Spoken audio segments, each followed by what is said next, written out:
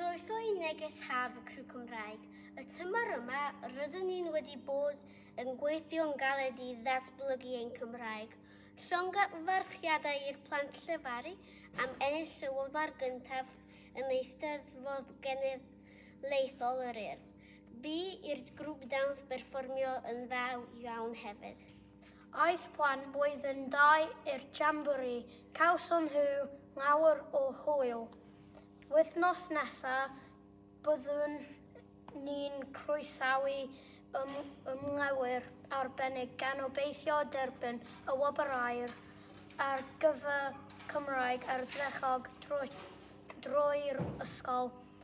Mwynhewch eich gwyliau a daliwch ati. Well, welcome to the Criw Cymraeg summer message. This term we have been working hard to develop our Welsh. Congratulations to the recitation children who won first prize in the Urdd National Eisteddfod. The dance children performed very well too. The Year 2 children went to the jamboree. They had lots of fun.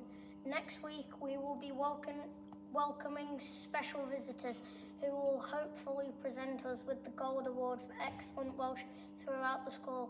Enjoy your holidays and keep at it.